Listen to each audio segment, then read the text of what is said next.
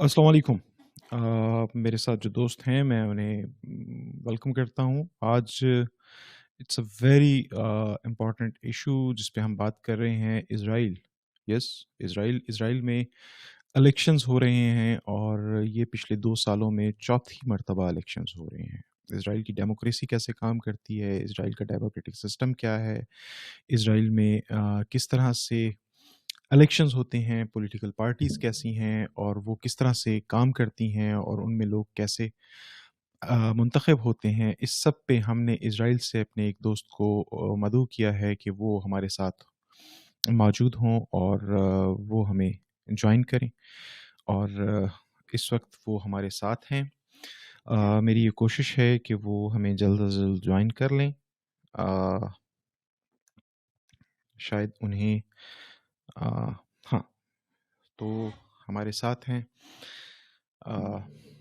हम उन्हें दावत देंगे कि वो हमारे साथ स्क्रीन को शेयर करें और उसके बाद फिर हमारे सवालात होंगे, हमारी अंडरस्टैंडिंग होगी। हम जानना चाहेंगे कि इज़राइल में डेमोक्रेसी कैसे काम करती है। इत्सहाक, Ishaq, hello. Can you Yes, hear me? hello. I can. Good to see you. Thank you for joining us. It's my pleasure and my honor.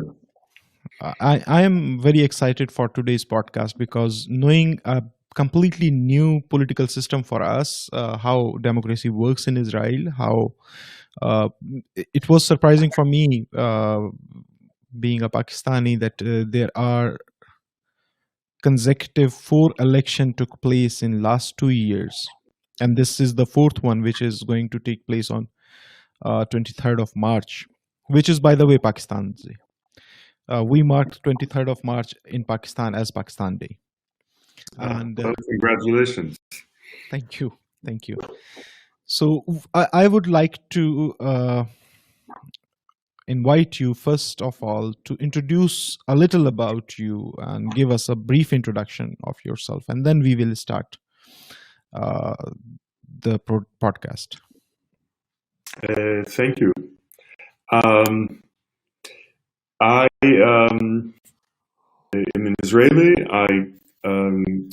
I came to Israel when I was 19 years old, having grown up in the United States. I think I would say that I got off the plane and had the sense that I had been waiting not only my own life, but the life of my parents and grandparents and all those who came before, to live out this dream of being part of a Jewish state in the land of Israel. My grandfather had planned on coming to Israel from the United States over 100 years ago, and unfortunately was killed in a traffic accident before my mother was born. And I only heard the story 50 years later. And when I realized that I was essentially living out his dream and the dream of all those who had come before, in a sense, I was struck as a young man by the miraculous element of our dream. First of all, we were able to survive for thousands of years living as a persecuted minority in other people's countries. And I came to see that as a religious experience, that there was something that we don't only live in a world of things that we can see, but there are other elements going on. It struck me that the opportunity to recreate a Jewish home, a Jewish state, a Jewish homeland in the language of Hebrew after 2,000 years is the most exciting thing that's happened to our people since really for 2,000 years, and it would be an honor to be a participant in this. That's a very long answer. What actually happened to me, which was getting off the plane and having this incredible rush of emotion that I had come home,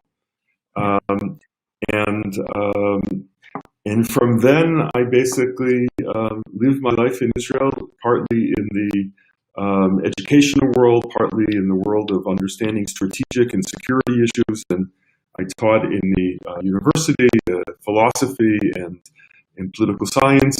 And I've worked for many years teaching and commenting and trying to explain the craziness of Israel to people from abroad, because even we have trouble sometimes understanding what's going on here. I'm also very much involved with conversations with Palestinians, with Arabs in Israel, Palestinians from the Palestinian Authority. I've been using the Corona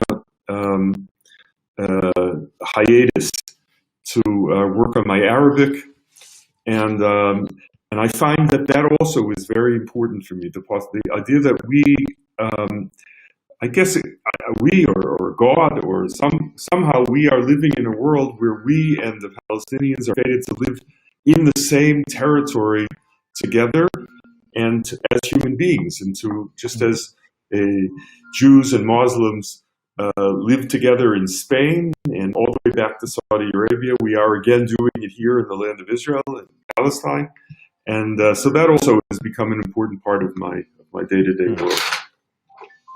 That's excellent. And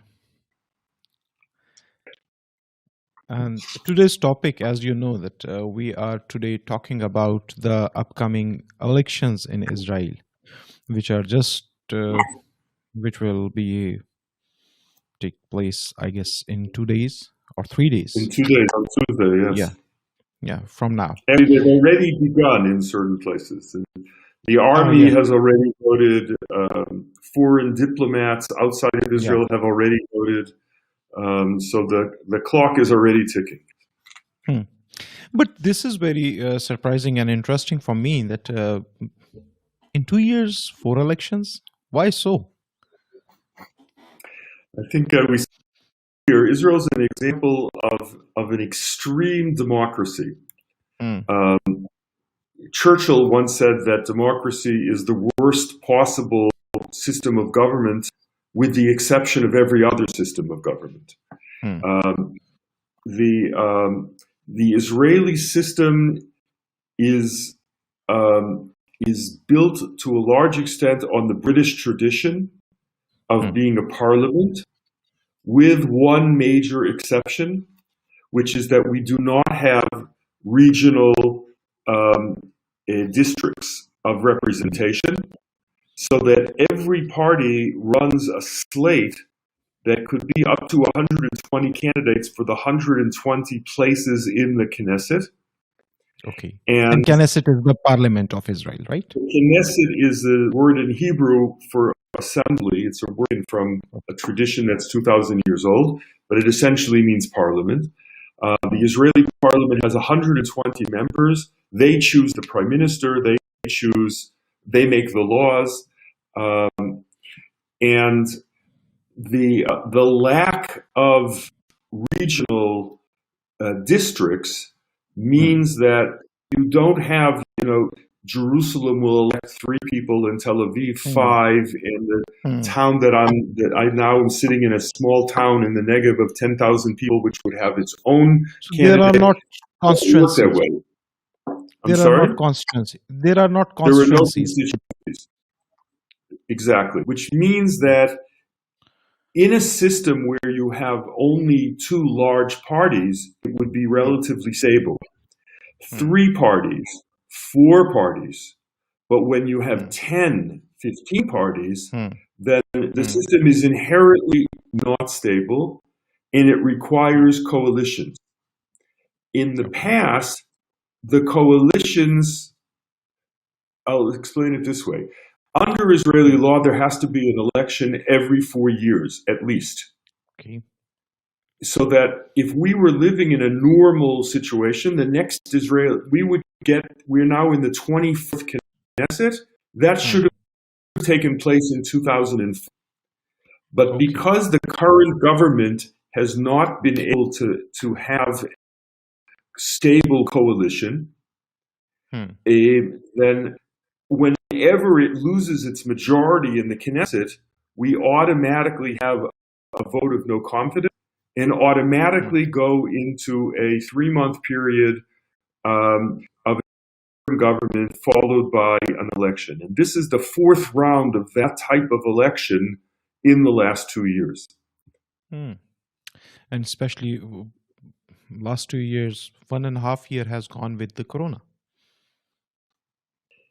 Well, the truth is More that challenging because of the situation. corona, we had a year of one Hmm. government. Had it not been for the corona, I imagine there would have been an election already 6 months ago. Okay. The corona created an excuse for politicians who did not want to be serving in the same government, nevertheless to join together under the current Prime Minister Benjamin Netanyahu. Hmm.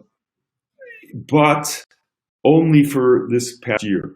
Ultimately, the agreement upon which the government was formed after the last election a year ago was that Netanyahu would serve for a year and a half, and then he would resign, and the prime ministership would be transferred to the head of the opposition, whose name is Gantz. He would have taken over the government. But Netanyahu very much did not want to lose power. And what he did is, by refusing to pass a law of a budget, which then the government fell apart prematurely, and we find ourselves once again in an elections route. And there's an interesting situation. I was just reading through few newspapers and watching some television shows. There is a new party enlisted in these elections, and they are Hope Party, I guess, if I'm not wrong. The New Hope Party? Yeah, the Hope Party, New Hope Party. Yeah, New The Hope New Party. Hope, yes.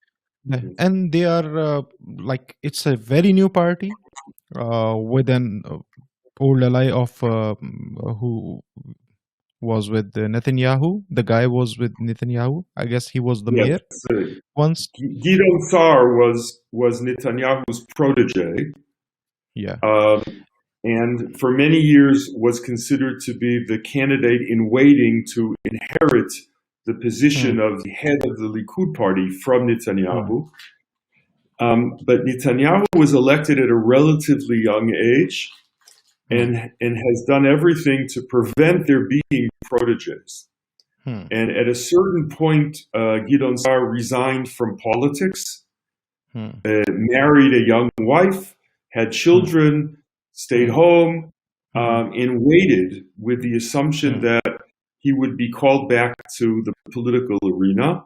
He did go back to the political arena, but Netanyahu was not waiting for him with open arms, and he essentially was given the cold shoulder. So he was the second most popular member of in all of their pre-election primaries. He always came in first or second. But Netanyahu did not give him a place in the government in the last tenure. And eventually, Sa'ar decided first to challenge Netanyahu internally within the Likud in the primary system.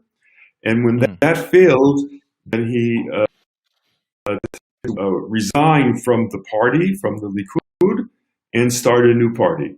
With Israel is relatively easy. If you can get 4 seats in the Knesset, which is about 3.2% of the voters, then you can become part of the Knesset. Okay. And surprisingly, Sa'ar's party is on the 4th number in the recent polls. I'm sorry? I said the New Hope Party is marked on 4th number in the recent polls. Yes. Usually what happens when politicians start new parties, they get a lot of attention. The media writes about them all the time, and they're usually very popular for a few weeks. Afterwards, people begin to go back to where they were originally, and at least according to the polls, then Sa'ar will have a harder time of challenging Netanyahu than he thought he would. However, something very interesting has happened in the political system. Until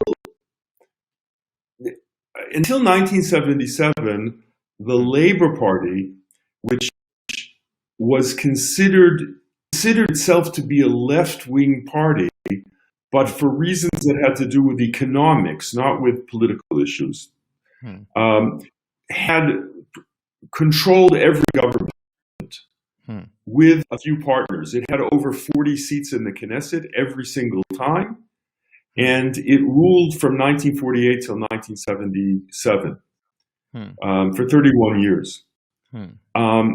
In 1977, the major opposition to the Labour government, which was then called the Likud, won an election, and they have been the leading party for the last 30 years as well.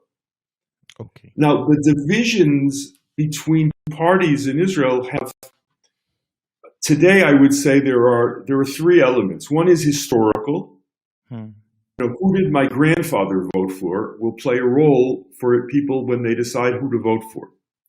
One is political in the sense of diplomatic, or the big question is, if Israel can have peace with the Palestinians, what should the border look like?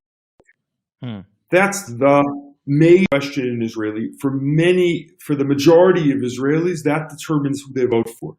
Will the border be based on the 1967 line, which would mean it would be 12 kilometers wide in some places, that Jerusalem might be 6 kilometers wide? Will it be a little bit wide? That would be the left. Will the border be a little bit wider, but nevertheless there would be an Israel and a Palestine? That would be, I would say, the center of the political spectrum. Or should the border look like what the reality is today, without there being a Palestinian state, and with a much larger area that would become Israel into the future? And that would, I would say, define the right or the far right of the political spectrum. So for some Israelis, that's the issue that determines for them who they're going to vote for. Netanyahu generally describes himself as coming from the right, but his policies have all been in the center. Okay. So for the first time you have, okay, and I'll say one other thing. There's another type of party which make up about a third of the Knesset, which do not say that the most important issue is political or has to do with the Palestinians. They are what we would call interest parties that reflect sectarian communities that have their own needs and their own agendas. By and large, either ethnic, that is to say, Arab parties, or religious, Jewish religious parties. Now, the Arab parties are divided among themselves on issues of religion. Okay. The Jewish parties are also divided on issues of religion, and for the more extreme, there's a certain group of about 15% of the Knesset who represent a group of people who say, we don't care what the national policy is vis-a-vis the Palestinians. What matters to us is that you give us enough money for our schools, that our children don't serve in the army, and a few other issues. And because they're willing to essentially go in either direction, then they have much more power than they would in a regular system, in a different kind of system. You wouldn't see a party like that being possible in a place like England or in the United States. Because you have districts, they would have to run in every district. They would never be able to have the kind of representation they have in Israel. So on the one hand, it's a much more democratic system because everybody can be represented. And on the other hand, it's a much less functional system because you have these groups that say, we don't really care about the national issues. We only care about our parochial issues, which are not local. They're community. These don't live in one place. They're spread out in every city, and in every city they make up a minority. Complicated. Yeah, it is too complicated. And wherever their voter is, and their voter is polling a vote for their party, it is counting in their number, and they are getting accordingly. They are getting the seat in Knesset, right? Yes. And I'd say one other new element in this election is that until recently, it's been almost impossible for the left and the right to rule, to create a majority. So usually you had a center party that would make an alliance with those to the right of themselves or to the left of themselves. Netanyahu, who is, even though he describes himself as being from the right, his policies have been in the center, and whenever he had a chance to make a coalition with left-wing parties, he would do it. Today, because Netanyahu himself has become the issue, the main issue of this election, then you have a scenario in which people who are to his right on diplomatic issues and to his left on diplomatic issues would rather be in a coalition with each other rather than being in a coalition with Netanyahu. So the plan, for instance, of Gideon Sa'ar, who you mentioned earlier, is not to remain a 10-person party or a 15-person party, but to create a coalition that with the left that would eliminate, that would force Netanyahu to resign, and then to return to the Likud and reconstitute the Likud as a center-right party. That would be his goal. Right now, in order to do that, he has to defeat Netanyahu. And tell me, Isaac, what are the possibilities and what are the gains of these peace treaties which took place in past months? And I was just wondering whether the corona issue and the vaccination of corona, because Israel has done a tremendous job in that. They are vaccinated almost a big number of their population. So yes, 5 million people out of 8 have been vaccinated, and most of the 8 who have not are younger than 16. Ah, that's wonderful. The 3 million left over, there's about 500,000, a million maybe, who are eligible for the vaccination, and the rest are too young to get it so far. Yeah. So it's high. It's a much higher number than anywhere. Israelis are 14 times more likely to be vaccinated today than Americans. Yeah. And is it supportive for Likud in upcoming election? Are these two issues, like vaccination and the normalization, are they using these slogans for their upcoming elections and attracting more voters towards them? So I would say the short answer is yes, and probably no. Certainly they are using, the Likud is using both the vaccination issue and the agreement, the Abraham agreements, as campaign slogans. But whether they actually have any impact is very unlikely. As I said, almost the system is sort of split in the middle between the opponents of Netanyahu and the supporters of Netanyahu. I should say on political issues, it's clear that probably 70% of the country, maybe 80, 90% of the country are what we would define as center-right in political terms. And it would be relatively easy to create a coalition. I mean, it's never easy because this one wants, to minister of health, and this one wants the ministry of something else. But it would be relatively easy on ideological grounds to create a government if Netanyahu was not the package. But we need to remember Netanyahu is on charges. He may end up in jail. And really? Yeah. And there are, if right now it's hard to prosecute him because he's the prime minister. There's talk of changing the law so that he would have immunity from prosecution. And that's why I think in this election, Netanyahu is far more the issue than Corona or the Abraham agreements. Now, the Abraham agreements are extremely popular in Israel. In truth, every peace agreement between Israel and an Arab state has been extremely popular. I remember when I was serving in the Israeli army, when Anwar al-Sadat came to Israel in 1979, he was the great enemy of Israelis. Thousands of Israelis had died only 6 years earlier in the Yom Kippur War. When he got off the plane, Israeli snipers were aiming rifles at the plane. They were afraid that this was going to be a deception and a terrorist attack on the entire Israeli leadership. Instead, Sadat got off the plane and went up and down the line of Israeli leaders, hugging and kissing them.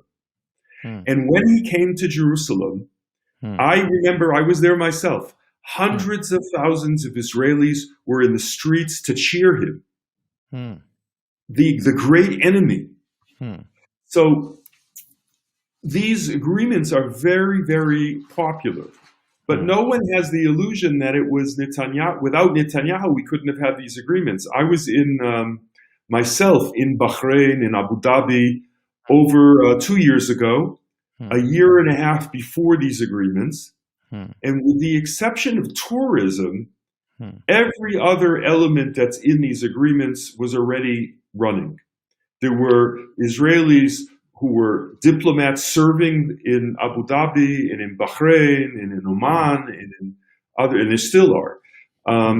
There were security arrangements because the enemy of my enemy is usually my friend, and Israelis and the Gulf states have a common enemy in Iran. It's not a surprise. There had never been any bloodshed between Israel and these countries. So when the agreements were made, then everybody was very happy, and 70,000 Israelis went as tourists to Abu Dhabi and Dubai in the middle of the Corona outbreak. Many of whom came back with Corona, by the way. But and in Dubai, you had people, Orthodox Jews walking around with kippot on their heads, right? With no fear whatsoever. Something that Israeli Jews cannot do on the streets of France or Germany today. And people would come up to them and welcome them. People from Dubai and Abu Dhabi came to Tel Aviv and attacked isn't the word, were surrounded by Israelis wanting to shake their hand and welcome them and invite them home. So those agreements are very, very popular, but they are not the main issue of the election. And yesterday I was listening to an interview. Prime Minister Netanyahu was announcing 4 more peace agreements with 4 more countries and nations. And I was having this impression that now the Likud party is using this propaganda of normalization, or this political propaganda, which obviously they have a right to do because they mark it as their successful policies. So they are attracting voters through this normalization pacts era, which was there because of them. See, I would say this. I think Israelis have a lot of respect for Netanyahu's diplomatic abilities. Number one. Number two, there's almost no differences of opinion among Israelis of any perspective about Iran. When the Iranians say that they're going to build a bomb to incinerate Israel, they don't make a distinction between left-wing Israelis, observant Israelis, secular Israelis, and to tell you the truth, they also don't make a distinction between Israelis, Jews, and Arabs. Even with the everybody is in the same. If a bomb And the bomb, Palestinians, yeah, no one if a bomb is comes, going to, everyone is we're under all threat. in the same suit. So that ironically, we all agree about those things. So there's no question when you have someone who's been in power since Hmm. most of the voting public was born, Hmm. then you get used to it. And Yeah. and people are often afraid of what would come next. Hmm. Now, within his own party, Netanyahu has done everything he could to prevent a natural successor from arriving. Hmm.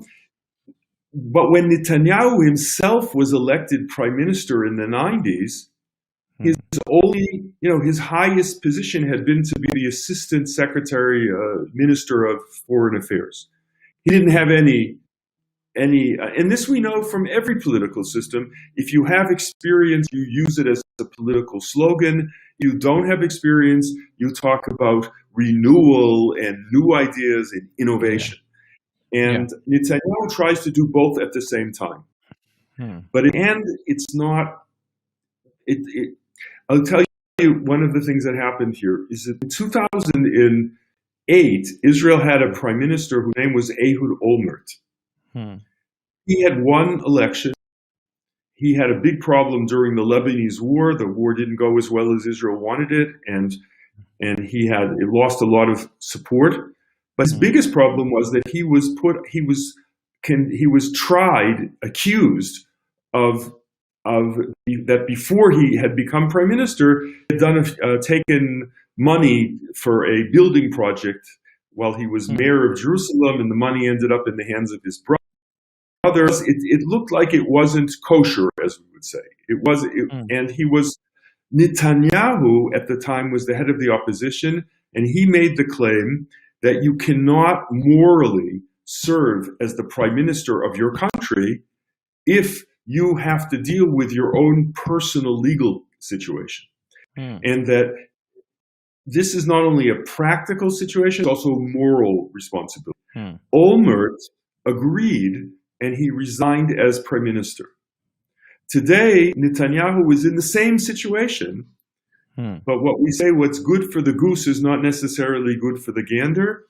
And Netanyahu, instead of saying, I need to take off time to defend myself, is essentially delegitimizing the court system, which is very dangerous in Israel because of it's very important. I think in any stable democracy, you have to have a division of powers, and the legal system has to be something that people trust.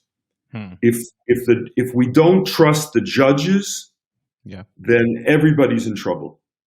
And that, to a large extent, is the reason that we're having all these elections right now. That's wonderful to know. And it was a great learning for me as well. And what about the Labour Party? I was just looking at the stats here. And now the party who ruled Israel for 30 years and more, now they had 3 members out of 120 in the last Knesset.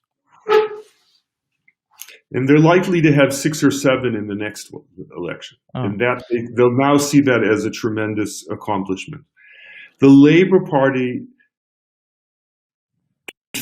the Yasser Arafat and the Palestinian Authority for losing most of its credibility, because the Labour Party believed that the willingness of Israel to trade territory for peace would result in peace.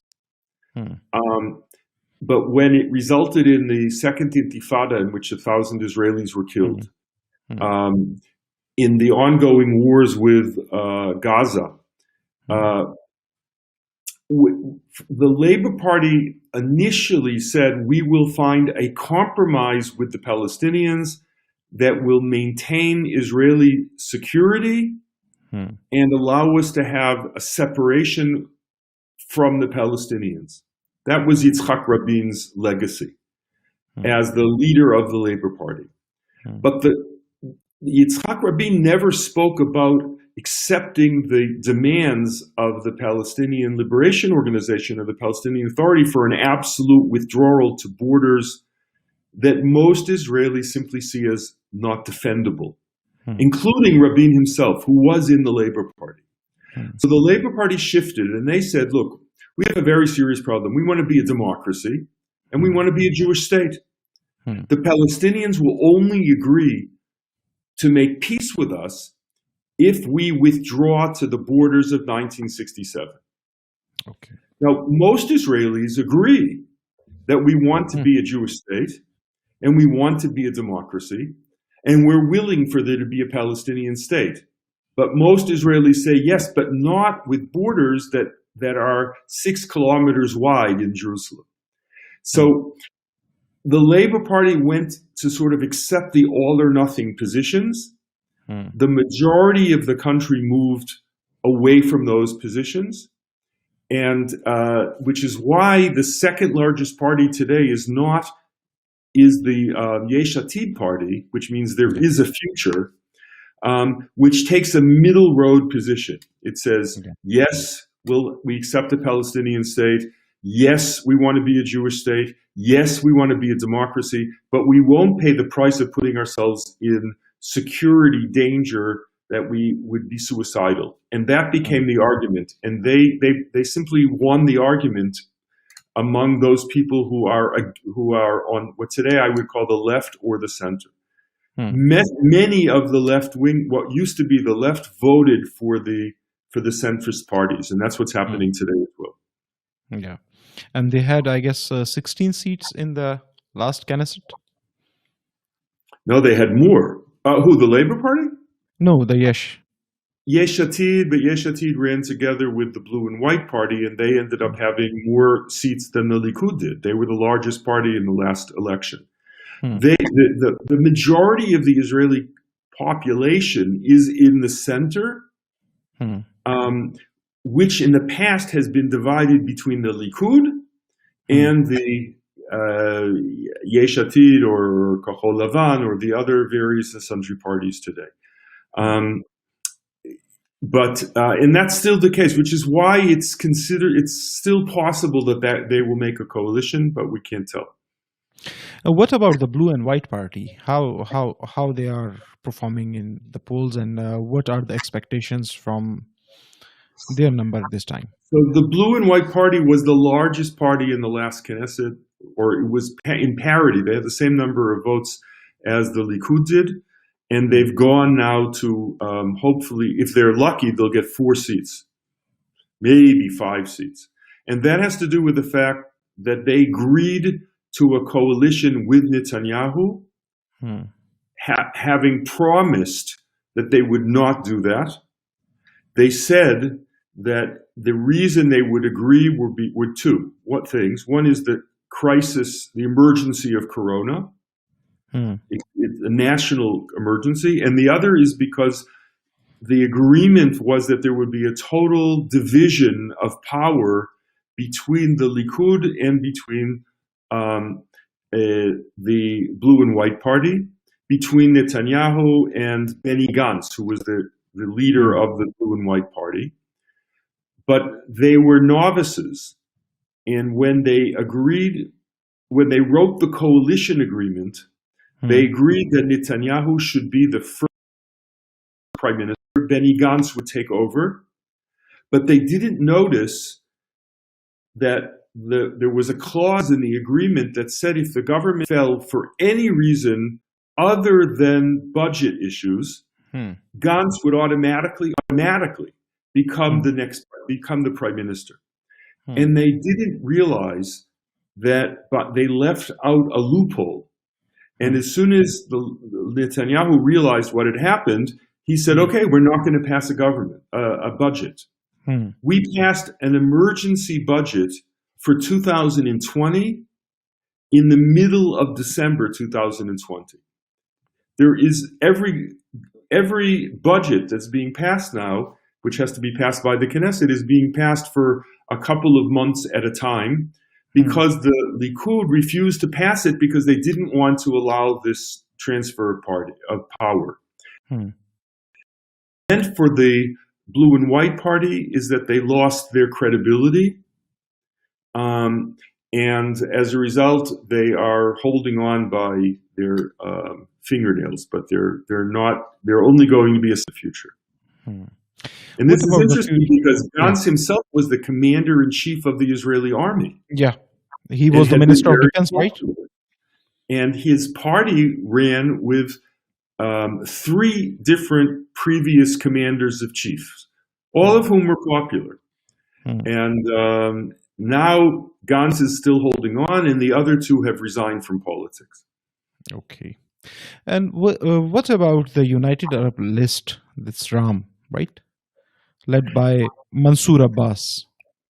It's very interesting. So Hmm. Mansour Abbas, for the first time, Hmm. is no. Let me take it back.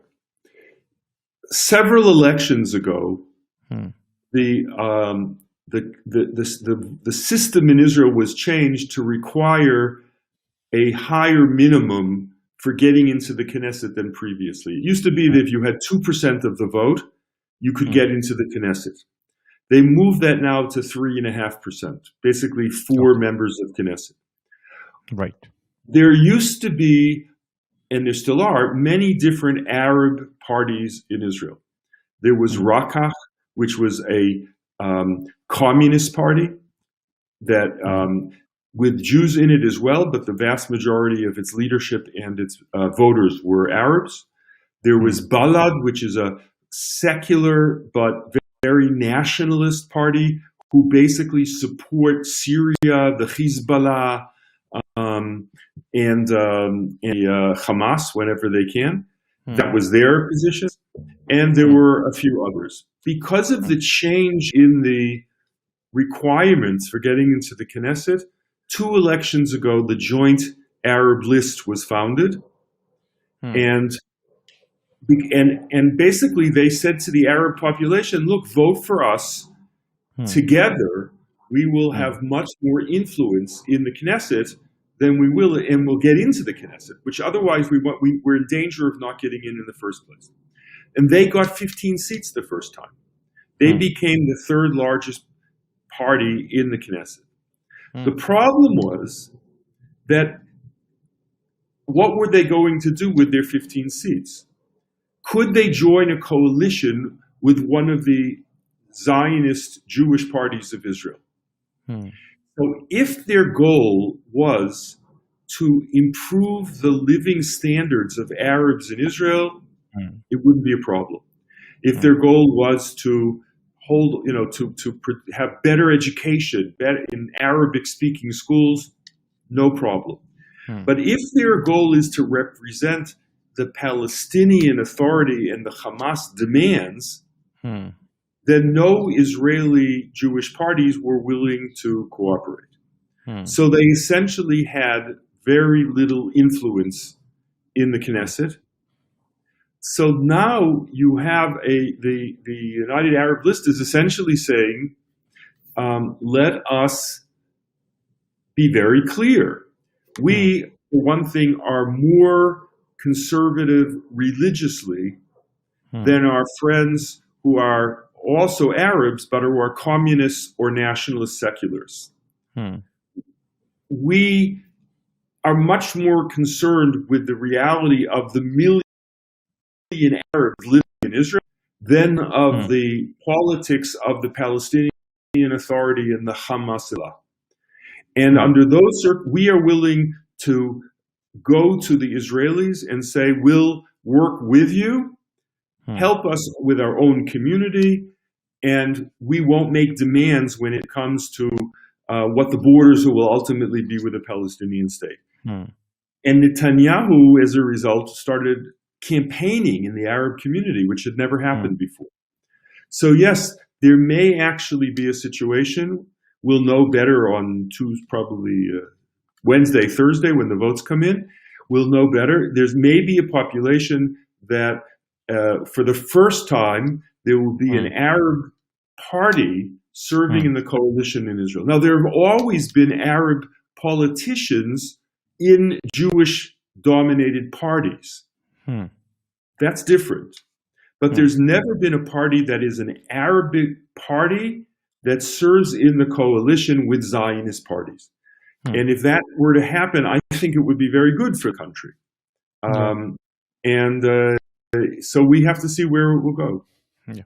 Right How would now, you? what will Yeah. decide the election, the result of the election will be decided not by the division between the blocs, because we already know what that is. It's 50-50. It will be decided by which small party fails to get into the Knesset and where its votes, how its votes are redistributed. If it's a left-wing party like Meretz or one of the Arab parties, that will give proportionally more votes to the right wing in Israel. If it's a right-wing party, then it will give proportionally more votes to the center-left parties. So it's an ironic situation that who you don't vote for may have more impact than who you do. And what is the procedure of shifting the vote if a party doesn't qualify for the Knesset? And do they sign an agreement with the parties, the other parties? Because I was just reading that Likud has signed an agreement, I guess, with the Jewish Home or some other right-wing party. Right, with the National Religious Party. Yeah. If you have two parties that pass the threshold and get into the Knesset, that is to say, they either have 4 members of Knesset or 40, but nobody ever has exact numbers, right? So it would be 40 and a half, 40 and a third, 8 and 0.7. And another party that they have an agreement with has 6.3. Then they'll take the leftovers and they will serve and whoever has the highest number of the leftover of the you understand, if my party has 6.7 and yours has 5.3, then my party will get an extra member of Knesset. If my party has 4.3 and your party 4.8 and your party has 6.3, then your party will, then that's the way it will work. But that depends on getting into the Knesset in the first place. If you don't pass the threshold, then what will happen is that the total number of votes will be redivided by 120 without the votes, with the votes, but without the participation of the parties that failed to get into the government. That's why I'm saying if you have a party that's made up of people from the right wing or the left wing, and they get 1 vote less than 4 members of Knesset, all of their votes will be put back into the general pool. And then that general pool will be divided by 120, so that half of their votes will go to help a party that they hate. Yeah. That's the problem. That's why you may see still one of the left-wing parties withdrawing from the election tomorrow if their poll numbers are below 4. Because they don't want to see Netanyahu in government, and it will be very hard for them to say afterwards it was because we were so insistent that we changed we allowed something to happen that we were against. Gantz has the same problem. Understandable, very complex system. And do you know one thing that in Pakistan, a very fundamentalist kind of religious political party named Jamaat-e-Islami, admirer of Akhwan al-Muslimin of Egypt. Yes, they always advocated and raised their voice for the change in the political system, and they exactly demanded the system which Israel is practicing right now. It's a system that plays well for if the center is divided, then it gives more power to the extremes. However, and the critical issue with the Israeli system is that it allows everyone a voice. Sometimes it's a cacophony. It's very loud. But you can but it's possible for everyone to run for Knesset, as long as no one is using the power of government to suppress freedom of speech. Then the system has until now worked. And I would say I can't think of any other government country in the world where if they had an election every 3 months, things would begin, you would see violence. Yeah. People would, and here the violence is verbal, but it's not physical. And it's clear that if Netanyahu, look, in America, Trump challenged the election results, and the result was an attack on the Capitol of the United States, which is something that has never happened, hasn't happened in since the War of 1812 when the British invaded Washington.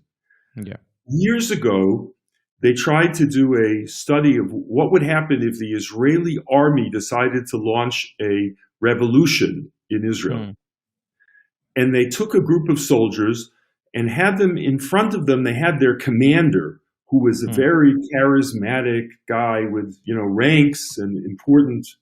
And he told them that the country needs them to take over the government.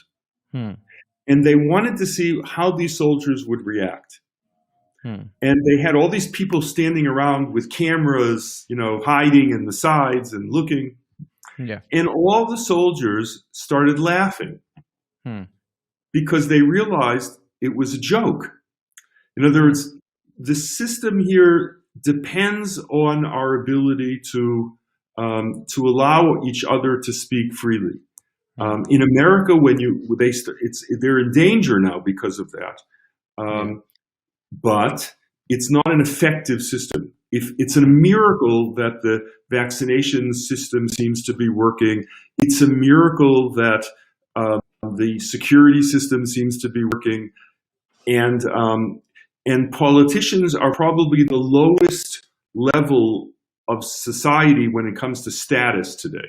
You don't want to raise your children to be politicians, but nevertheless, we're in the system. It's been a rough period, and we're hoping that this time there'll be some stability.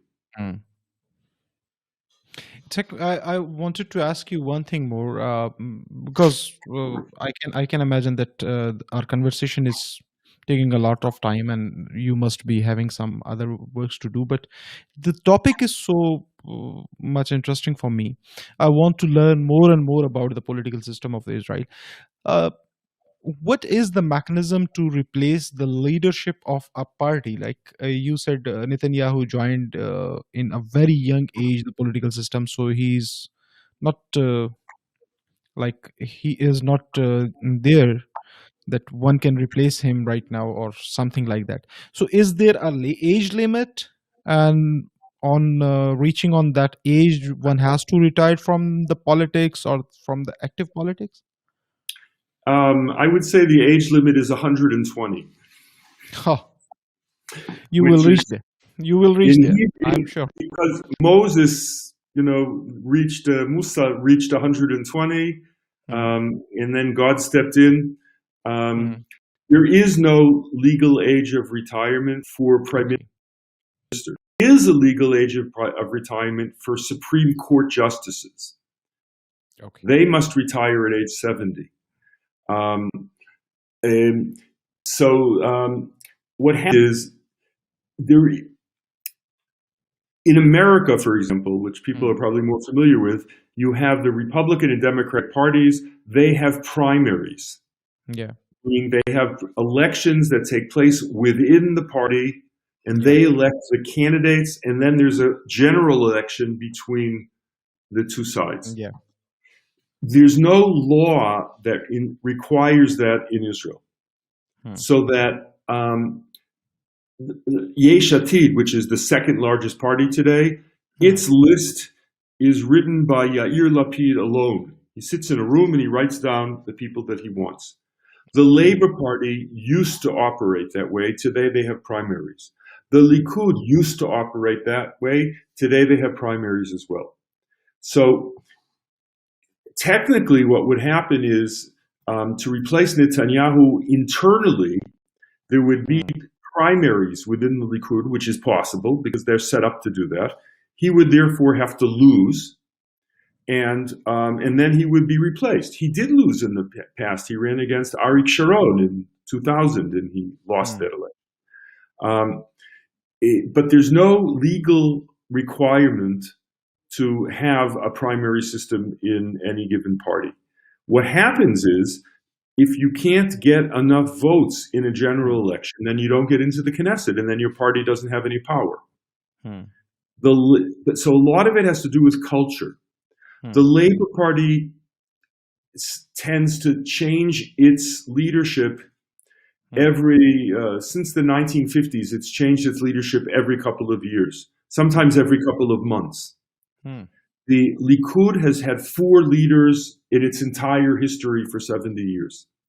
So I'm now in a small town in the southern part of Israel, and there are campaign posters all over the place which say Netanyahu, the leader. Now, they don't necessarily mean the leader of the country. They mean the leader of the party. And in the party, it's not acceptable to replace the leader. That's why Gideon Sa'ar has had such trouble, and he had to split off in order to do it. So that's the short answer. There's no easy way to replace people.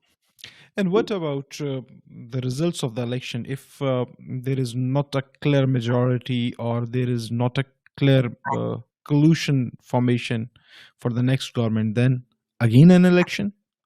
Then again an election. Number 5. Number 5. In the last 2 years. Yeah, it would be a tragedy. It also cost hundreds of millions of dollars. Yeah. It's a tragedy, and it's crazy. Until, if it happens again, it goes back to the question of, will there be a vote against Netanyahu within his own party? Will the people in his own party begin to feel that their own political future is in jeopardy? But right now, that hasn't been the case. Now, Bennett and Sa'ar together are supposed to get close to the number of seats that the Likud has. And they're in the same world ideologically, philosophically. So are there possibilities? There are, but there's no guarantees that, and we won't know, as I said earlier, until we see which parties actually got into the Knesset and which didn't, how the split will take place. Because the country itself is pretty much 50-50. Isaac, thank you very much for your time, and it was a great learning session for me, and I really enjoyed this podcast. And I wanted to request you for one more podcast, which will be the post-election podcast, when we will be able to see the clear results, and when we will be able to multiply the things. What are the possibilities, and what are the... So if you like, we can have one more podcast in the coming elections. And if you'd like, I can try to explain in 30 seconds. Yeah, please go ahead. Of why this works, why this is what it is. Yeah. The political system of Israel is based on 2 precedents. One is the British parliamentary system, and the other is the Zionist movement from before the creation of the state. Now, the British system is like a regular parliamentary system. But in England, there are only 2 major parties, and sometimes the Social Democrats are the 3rd party. If you had, you couldn't have 10 different parties in England and Britain, because they would not be able to function in a regional environment. In one, because there are constituencies. The Israeli system has that, but it also has an antecedent in the Zionist movement that was founded about 50 years before the creation of Israel. A movement that has no territory, Hmm. that represents the Jewish people that are scattered all over the world. Hmm. It was critical for them to create as much unity as possible Hmm. and to give each element of the Hmm. Jewish world Hmm. a voice. Hmm. Now, though that world was not defined geographically, it was Hmm. defined religiously and it was Hmm. defined ideologically. Hmm. So if you were in Poland or New Hmm. York or Jerusalem or Hmm. Russia or Hmm. Morocco or Yemen, Hmm. everyone was part of the same system. And the idea was to maximize inclusion Hmm. because it was critical. There was no legal system. It was Hmm. critical to mobilize the entire Jewish people Hmm. for this revolutionary goal of creating a Jewish state after 2,000 years. Hmm. But so that's the past was to be the ultimate democratic environment. Hmm. Everyone has a voice. Every voice is represented. Hmm. But a country doesn't always work well when Hmm. every voice is represented. And when there are voices that are so radically different from each other. Hmm. And we are still in that situation. So personally, I think we would be better off with a constituency system. Hmm. Constituency systems tend to bring people together rather than separating them. Yeah. But not always. If you look at the American system, that used to be the case while I lived in America. Today, Yeah. I'm not sure that's the case anymore. So we would have to think it through. But we can talk about this after the election. I'll be happy to. Yeah. For me, I would this is love a to. wonderful opportunity to speak with people from Pakistan. It's a little bit far. I'm not sure I'm even allowed to go to Pakistan. So I'm happy to be able, but I've always been reading about it since I was a young man. And fascinated by British history and Yeah. Gandhi and the whole world of India and Pakistan. So I would Hmm. be happy to have another opportunity. Sure. And we will have very soon. Thank you very much for joining us. My And I pleasure. am really thankful. Hope to see you soon. Okay, and I hope to have you speak to an Israeli audience as well. Yeah, sure. One day.